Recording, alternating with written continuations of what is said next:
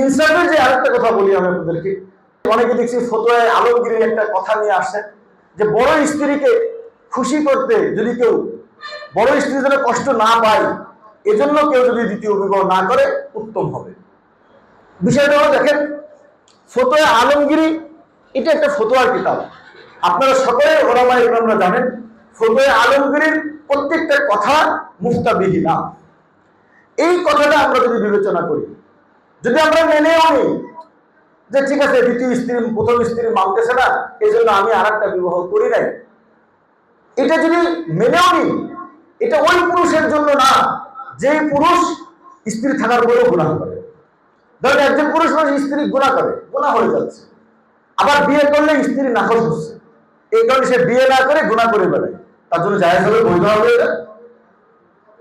তা আমাদের বাংলাদেশে যারা এই ফতোয়ার চর্চা করতেছে, যারা বলতেছে এই ফতোয়ার কথা, তাহলে এই সমাজের 70% মানুষ যারা করে, এই 70% মানুষ তাদের জন্য তো এই ফতোয়া না, তাহলে আমভাবে কেন বলা হচ্ছে?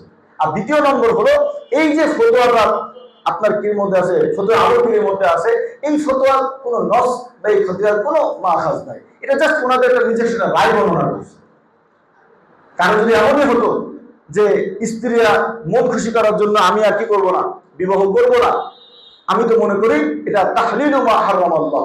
নবী করিম সাল্লাল্লাহু আলাইহি ওয়াসাল্লামকে দুই স্ত্রী মধু খাওয়া নিয়ে একটা আপত্তি করার কারণে আল্লাহ রাসূল বলেছিলেন আমি আর কখনো মধু খাবো না। আল্লাহ তাআলা আয়াত নাযিল করেছিলেন ইয়া আইয়ুহান নবী লিমা তুহারিমু মা আহাল্লাল্লাহু লাক তাবতাগি মারদাত আজওয়াজি। হে নবী, আপনি কেন যে জিনিস হালাল ছিল আপনি নিজের উপর হারাম করে নিলেন? আপনি কি স্ত্রী খুশি করতে চান? এখন কেউ যদি স্ত্রীকে খুশি করার জন্য বলে আমি আর জীবনে বিবাহ করব না, তাহলে তো মনে হয় সে এই আয়াতের বিরুদ্ধে হবে, ইয়া আইয়ুহান নবী লিমা তুহারিমু মা আহাল্লাল্লাহু লাক। আর আপনার স্ত্রী কেন এটাতে খুশি হবে? সে জানে যে সমাজের 40% নারী স্বামীহীন থাকবে, তাহলে তার স্বামী যদি আরেকটা বিবাহ করে এই নারী তো অপছন্দ করার কিছুই নাই। আল্লাহ তাআলা হালাল বিধান, আল্লাহর হালাল বিধানকে কেন সে অপছন্দ করে?